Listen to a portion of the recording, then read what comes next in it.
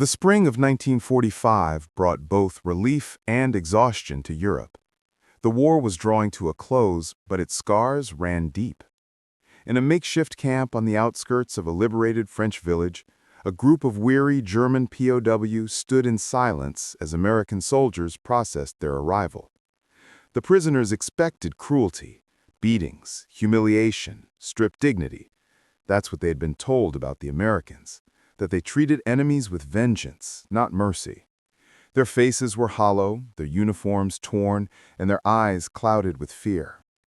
Lieutenant James Carter, barely 30 but hardened by years of battle, watched them carefully.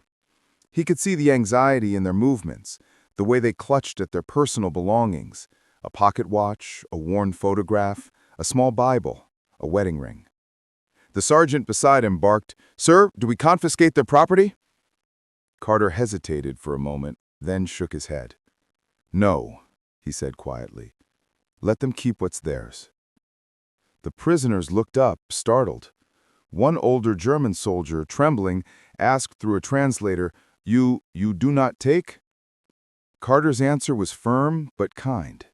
War took enough already. The air grew heavy with something unexpected: respect.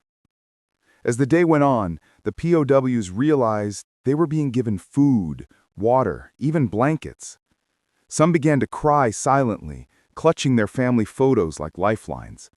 One young German soldier approached Carter later and said in broken English, "I was told Americans had no heart. I was wrong." Carter simply replied, "We fight soldiers, not souls." That night, as campfires flickered under the cool spring sky, both sides sat in silence, no longer enemies, just men waiting for the war to end. The next morning, Carter walked through the camp and saw a dozen small items laid neatly on a crate. Watches, medals, and photos left behind voluntarily.